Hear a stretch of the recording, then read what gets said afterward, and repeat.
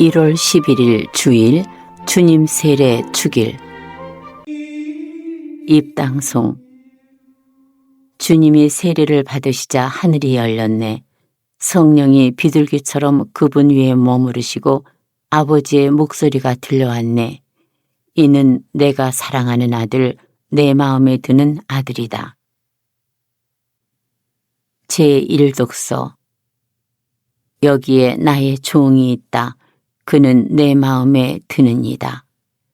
이사야서 42장 1절에서 4절, 6절에서 7절의 말씀입니다. 주님께서 이렇게 말씀하신다. 여기에 나의 종이 있다. 그는 내가 붙들어 주느니, 내가 선택하니, 내 마음에 드느니다. 내가 그에게 나의 영을 주었으니 그는 민족들에게 공정을 펴리라. 그는 외치지도 않고 목소리를 높이지도 않으며 그 소리가 거리에서 들리게 하지도 않으리라. 그는 부러진 갈대를 꺾지 않고 꺼져가는 심지를 끄지 않으리라. 그는 성실하게 공정을 펴리라. 그는 지치지 않고 기가 꺾이는 일 없이 마침내 세상에 공정을 세우리니 섬들도 그의 가르침을 고대하리라. 주님인 내가 의로움으로 너를 부르고 내 손을 붙잡아 주었다. 내가 너를 빚어 만들어 백성을 위한 계약이 되고 민족들의 빛이 되게 하였으니 보지 못하는 눈을 뜨게 하고 갇힌 이들을 감옥에서 어둠 속에 앉아있는 이들을 감방에서 풀어주기 위함이다. 주님의 말씀입니다. 하느님 감사합니다. 화답송. 주님이 당신 백성에게 강복하여 평화를 주시리라. 하느님의 아들들아 주님께 드려라. 그 이름의 영광 주님께 드려라. 거룩한 차림으로 주님께 경배하여라. 주님이 당신 백성에게 강복하여 평화를 주시리라. 주님의 소리 물 위에 머무네. 주님이 넓은 물 위에 계시네. 주님의 소리는 힘차고 주님의 소리는 장엄도 하네. 주님이 당신 백성에게 강복하여 평화를 주시리라. 영광의 하느님 천둥치시네. 그분의 성전에서 모두 외치네. 영광이요 주님이 큰 물 위에 앉아 계시네. 주님이 영원한 임금으로 앉으셨네. 주님이 당신 백성에게 강복하여 평화를 주시리라. 제2독서.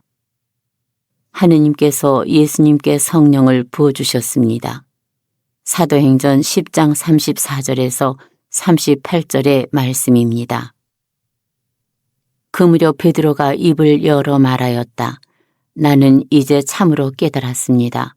하느님께서는 사람을 차별하지 않으시고 어떤 민족에서건 당신을 경외하며 의로운 일을 하는 사람은 다 받아주십니다.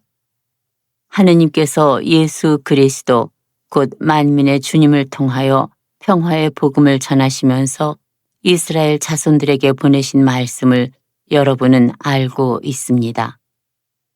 그리고 요한이 세례를 선포한 이래 갈릴레아에서 시작하여 온 유다 지방에 걸쳐 일어난 일과 하느님께서 나자렛 출신 예수님께 성령과 힘을 부어주신 일도 알고 있습니다. 이 예수님께서 두루 다니시며 좋은 일을 하시고 악마에게 짓눌리는 이들을 모두 고쳐주셨습니다. 하느님께서 그분과 함께 계셨기 때문입니다. 주님의 말씀입니다. 하느님 감사합니다. 복음 한호송. 알렐루야. 하늘이 열리고 하느님 아버지의 목소리가 들려왔네. 이는 내가 사랑하는 아들이니 너희는 그의 말을 들어라. 알렐루야. 복음. 세례를 받으신 예수님께서는 하느님의 영이 당신 위로 내려오시는 것을 보셨다. 마테오가 전한 거룩한 복음 3장 13절에서 17절입니다. 그때 예수님께서는 요한에게 세례를 받으시려고 갈릴레아에서 요르단으로 그를 찾아가셨다.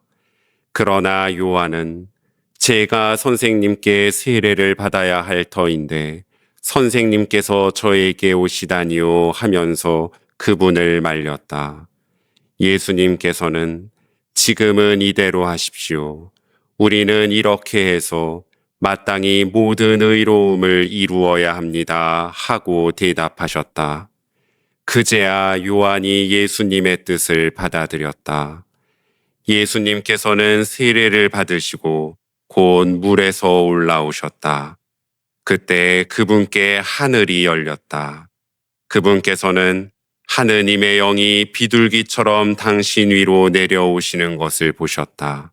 그리고 하늘에서 이렇게 말하는 소리가 들려왔다. 이는 내가 사랑하는 아들, 내 마음에 드는 아들이다. 주님의 말씀입니다. 그리스도님 참여합니다. 참 예수님, 참 예수님. 소설 침묵에는 주인공으로 등장했던 이 신부님이 막다른 길에 몰리는 장면이 나옵니다. 이 신부님은 그리스도교를 금지하던 선교지에서 선교를 하다 체포되어 수감되어 있었습니다. 그런데 어느 날 옆방에서 코 고는 소리가 계속해서 들립니다. 그런데 알고 봤더니 그것은 코골이가 아니라 같이 체포되어서 고문으로 고통받고 있던 신자들의 신음소리였습니다. 이 신부님은 깜짝 놀라 그들은 배교하겠다고 말할 수 있는 사람들이니 신자들을 놓아주라고 관리들에게 호소합니다. 하지만 문제는 신자들이 아니었습니다. 성직자인 자신이 배교를 해야 그들이 살아날 수 있었고, 만약 여기에서 배교를 선택하면 자신은 결국 결혼까지 강요당하고 영영 그 나라에 눌러앉아 살게 될 처지가 되는 것이었습니다. 성직자가 혼인하는 모습을 신자들에게 보여줌으로써 이 공동체를 와해시키려는 관리들의 계산된 술수를 이 신부님이 알게 됩니다. 충격이죠. 주인공은 세상에 그 같은 악랄함에도 불구하고 응답하지 않는 하느님을 원망합니다. 그 주인공의 한탄이 지금 이 순간에도 많은 사람들이 내지르고 있는 호소일 것입니다. 도대체 이 어려움 속에서 내가 고통받고 있는데 주님은 어디 계시냐 하는 외침. 전쟁과 불의와 같은 이 세상의 악이 넘쳐나는데 당신은 왜 가만히 계시냐는 외침. 그런 외침이 지금도 어디에선가 울려 퍼지고 있을지 모릅니다. 우리는 주님께서 지금 당장 악을 없애주시고 내 부족함을 해결해 주시기를 원합니다. 하지만 주님께서 활동하시는 방식은 우리의 예상을 뛰어넘는 것입니다. 물론 주님께서 문제를 해결해 주실 때도 있지만 주님은 근본적으로는 우리에게 그보다 훨씬 깊은 것을 보여주십니다. 예전에 피 화이트라는 어느 미국 작가의 글을 인상 깊게 본 적이 있습니다. 이분의 마지막 표현이 특히 인상이 깊었었는데 이분이 어느 날 유방암에 걸렸습니다. 검사 결과가 나오기까지 2주가 있었는데 2주에 걸쳐 간절히 암이 아니길 기도했지만 기도가 들어지지 않았습니다.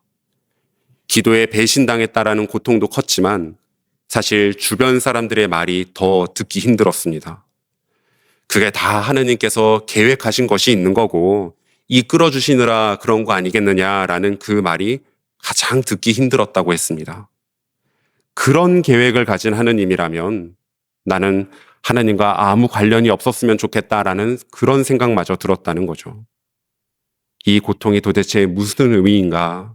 내가 왜 이 고통을 받아야 하는가? 정말 처절하게 고민하는 과정이 이어집니다. 긴 시간이 지나고 결국 작가가 고통의 터널에서 벗어나게 되는데 그것은 하느님께서 멀리서 나를 지켜보고 계시는 것이 아니다라는 확신 때문이었습니다. 확신 덕분이었습니다. 하느님께서 암이라고 하는 이 구체적인 고통 속에서 아주 가까이 나와 함께하고 계시다라는 확신이 그 작가를 일으켜 세웠다는 것입니다. 이 고백 끝에 마지막 이 작가의 고백이 매우 인상적이었습니다. 뭐라고 고백했냐? 사실은 나는 이렇게 느꼈다. 하느님께서 나와 함께 암을 앓으셨다. 이렇게 고백하는 것이 참으로 인상적이었습니다. 그것이 바로 주님의 방식입니다. 지금 겪고 있는 우리의 어려움이 없어진다고 해서 우리의 비참한 처지도 자동으로 해소되는 것이 아니다라는 것을 주님께서는 알고 계십니다. 우리를 진정으로 구해주시기 위해 오늘 주님께서 세례를 받으십니다. 사실 주님께서는 세례를 받으실 필요가 없었습니다. 세례는 죄를 씻고 새로운 삶을 시작하기 위해서 받는 것이지만 주님께서는 처음부터 죄가 없는 분이셨기 때문에 세례가 필요 없었기 때문입니다. 그러나 우리의 고통을 짊어지시기 위해 기꺼이 세례를 받으십니다. 그런 의미에서 오늘 우리가 기념하는 주님의 세례는 주님의 죽음 그리고 부활과 밀접하게 의미가 맞닿아 있다고 하겠습니다. 강론을 시작하면서 말씀드렸던 소설 침묵에서 신부는 결국 배교하고 맙니다.